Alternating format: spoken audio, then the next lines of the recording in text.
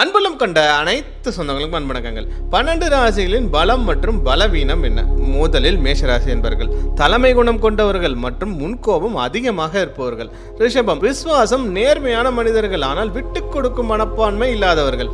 மிதுனம் அனைவருடன் நட்போடு பழகுவார்கள், ஆனால் சரியான முடிவை எடுப்பதில் தடுமாற்றம் கொள்வார்கள். கடகம் கனிவான இதயமும் அன்பும் கொண்டவர்கள் மற்றும் உணர்வு பூர்வமான மனிதர்கள். சிம்மம் ஆளுமை திறன் கொண்டவர்கள், ஆனால் அதிகாரம் மற்றவர்களை கஷ்டப்படுத்தும்.